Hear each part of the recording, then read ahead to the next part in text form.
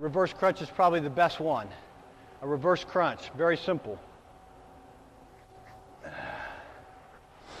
I like to be able to grab something if I can. You don't have to. I typically use no weight on reverse crunches. If you have nothing to grab, I keep my hands out wide. The motion is simply crunching my knees to my chest and back down.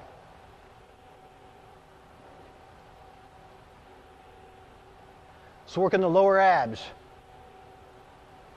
If you want to change it up, as you bring your legs up, just kick your feet to the air. Getting your hips all the way off the ground is key.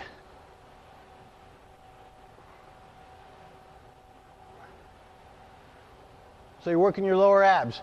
If you have something to grab onto,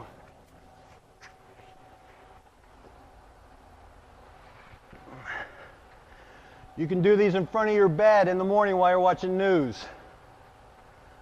Bed's here, hands under the bed frame. When my knees are in tight, it makes it easier. If I want to make it more difficult, spread my knees. Trying to bring my knees to my elbows.